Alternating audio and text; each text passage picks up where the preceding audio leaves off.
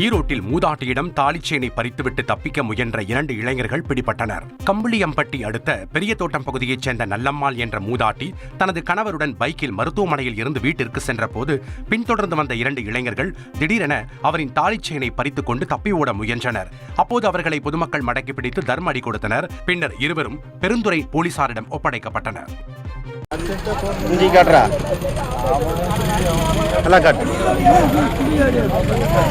எந்த ஊரு? திருச்சியா? அவன் கரூருங்கிற, நீ திருச்சிங்கிற? பக்கத்து ஊரா?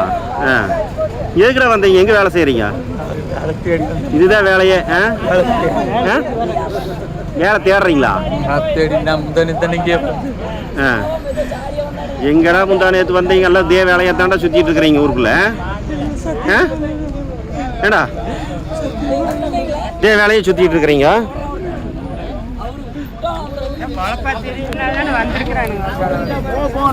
உடனே கட் பண்ணிட்டு வந்தேன். டேய் மூஞ்சி கட்டுறா. டேய் பேர் என்னப்பா?